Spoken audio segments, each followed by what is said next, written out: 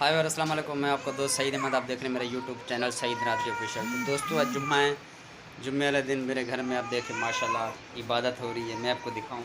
सबसे पहले मेरा बेटा समी हसन तस्बीह पढ़ रहा है जुम्मा नमाज़ पढ़ के।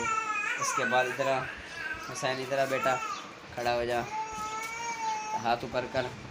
माशाल्लाह ये देखें, ये भी तस्बीह पढ़ रहा है और ये भी तस्बीह पढ़ रहा है।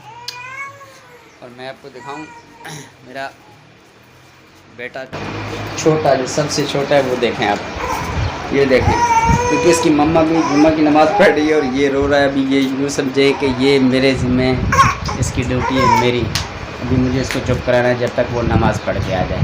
जैन जैन जैन जैन जैन, सीटी बजानी भी नहीं आती मुझे यार।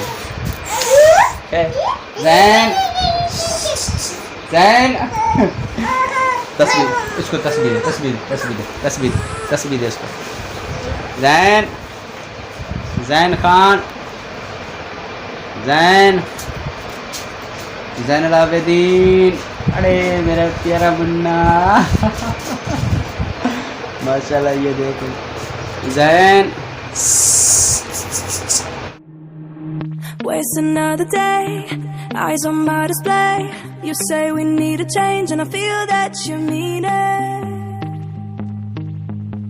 You mean it. But you're so right, we're losing track of time, buying things online and it's not like we need them. We don't need them. So can we just slow